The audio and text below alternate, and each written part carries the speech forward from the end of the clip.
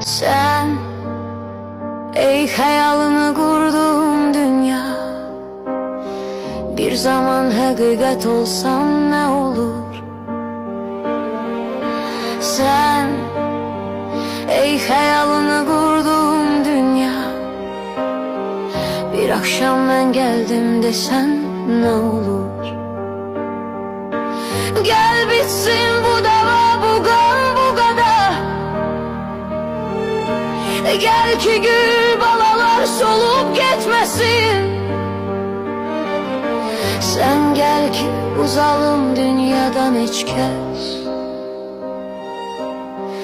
Başını götürüp bizi gitmesin.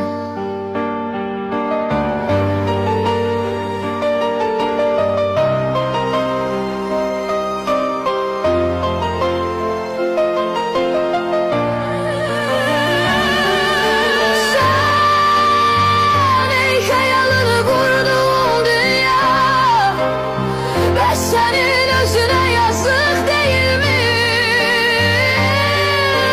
Vaksız göçüp giden cavan canları,